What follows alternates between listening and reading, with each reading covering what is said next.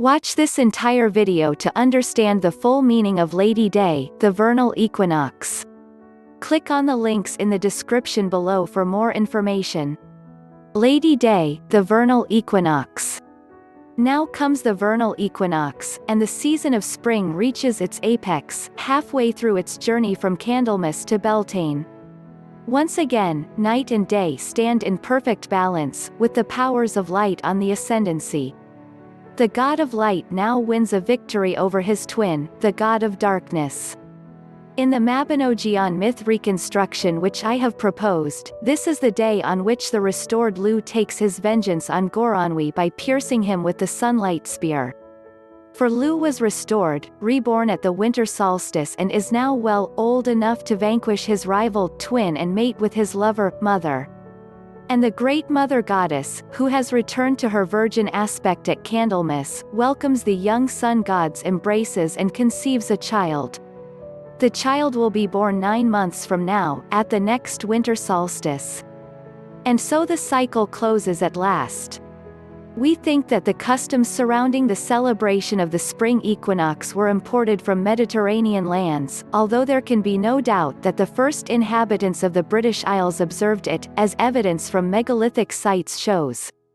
But it was certainly more popular to the south, where people celebrated the holiday as New Year's Day, and claimed it as the first day of the first sign of the zodiac, Aries.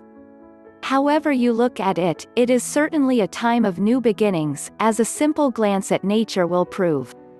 In the Roman Catholic Church, there are 2 holidays which get mixed up with the vernal equinox. The first, occurring on the fixed calendar day of March 25 in the Old Liturgical Calendar, is called the Feast of the Annunciation of the Blessed Virgin Mary, or BVM, as she was typically abbreviated in Catholic missals.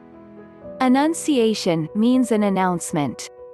This is the day that the angel Gabriel announced to Mary that she was in the family way. Naturally, this had to be announced since Mary, being still a virgin, would have no other means of knowing it.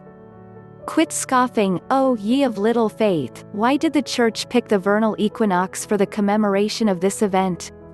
Because it was necessary to have Mary conceive the child Jesus a full 9 months before his birth at the winter solstice, i.e., Christmas, celebrated on the fixed calendar date of December 25. Mary's pregnancy would take the natural 9 months to complete, even if the conception was a bit unorthodox.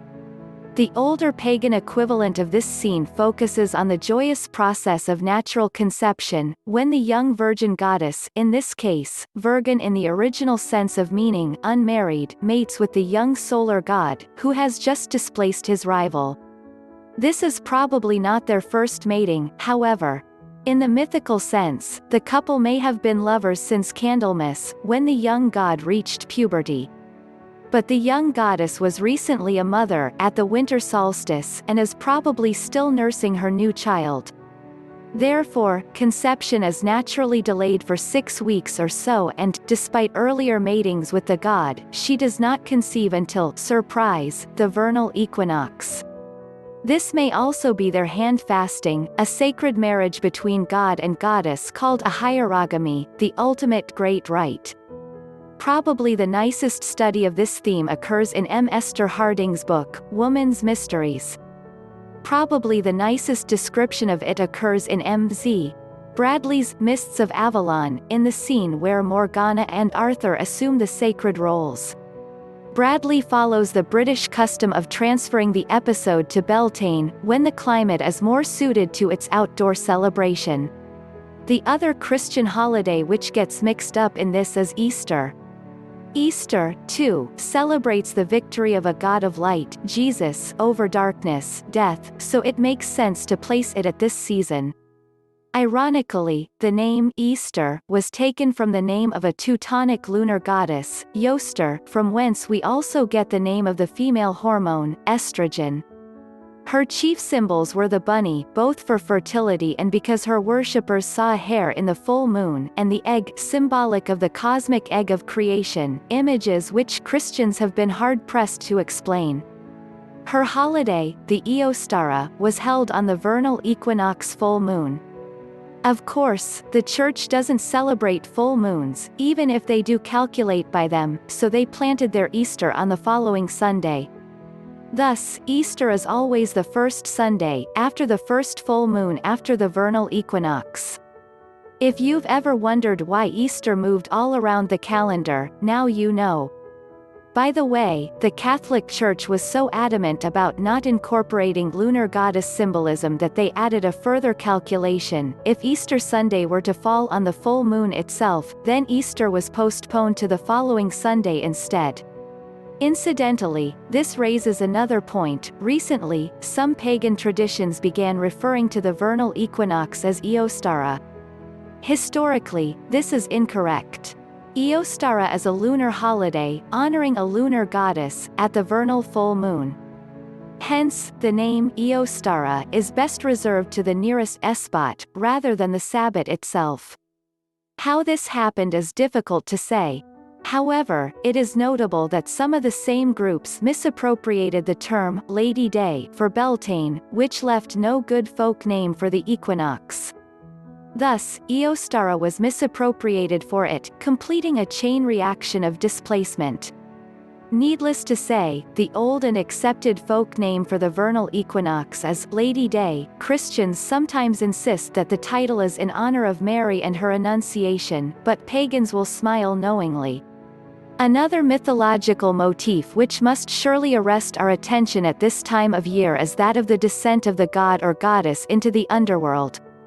Perhaps we see this most clearly in the Christian tradition. Beginning with his death on the cross on Good Friday, it is said that Jesus descended into hell for the 3 days that his body lay entombed. But on the third day, that is, Easter Sunday, his body and soul rejoined, he arose from the dead and ascended into heaven. By a strange coincidence, most ancient pagan religions speak of the goddess descending into the underworld, also for a period of 3 days. Why 3 days? If we remember that we are here dealing with the lunar aspect of the goddess, the reason should be obvious. As the text of one Book of Shadows gives it, as the moon waxes and wanes, and walks 3 nights in darkness, so the goddess once spent 3 nights in the kingdom of death. In our modern world, alienated as it is from nature, we tend to mark the time of the new moon, when no moon is visible, as a single date on a calendar. We tend to forget that the moon is also hidden from our view on the day before and the day after our calendar date. But this did not go unnoticed by our ancestors, who always speak of the goddess's sojourn into the land of death as lasting for 3 days. Is it any wonder then, that we celebrate the next full moon, the Eostara, as the return of the goddess from chthonic regions? Naturally, this is the season to celebrate the victory of life over death, as any nature lover will affirm. And the Christian religion was not misguided by celebrating Christ's victory over death at this same season. Nor is Christ the only solar hero to journey into the underworld. King Arthur, for example, does the same thing when he sets sail in his magical ship, Prydwen, to bring back precious gifts, i.e. the gifts of life, from the land of the dead, as we are told in the Mabinogi. Welsh triads allude to Gwydion and Amathon doing much the same thing. In fact, this theme is so universal that mythologists refer to it by a common phrase, the harrowing of hell. However, one might conjecture that the descent into hell, or the land of the dead, was originally accomplished, not by a solar male deity, but by a lunar female deity. It is nature herself who, in spring, returns from the underworld with her gift of abundant life. Solar heroes may have laid claim to this theme much later.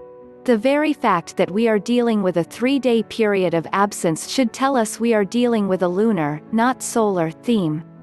Although one must make exception for those occasional male lunar deities, such as the Assyrian god, Sin, at any rate, one of the nicest modern renditions of the harrowing of hell appears in many books of shadows as the descent of the goddess. Lady Day may be especially appropriate for the celebration of this theme, whether by storytelling, reading, or dramatic reenactment. For modern witches, Lady Day is one of the lesser Sabbats or low holidays of the year, one of the 4 quarter days. And what date will witches choose to celebrate? They may choose the traditional folk fixed date of March 25th, starting on its eve. Or they may choose the actual equinox point, when the sun crosses the equator and enters the astrological sign of Aries. Get more information on witchcraft, spells, and magic by clicking on the resource links below in the description. Make sure that you like and share this video and also subscribe to the channel. Visit us at witchcraftmagic.com and sign up for weekly newsletter freebies. Thanks for watching.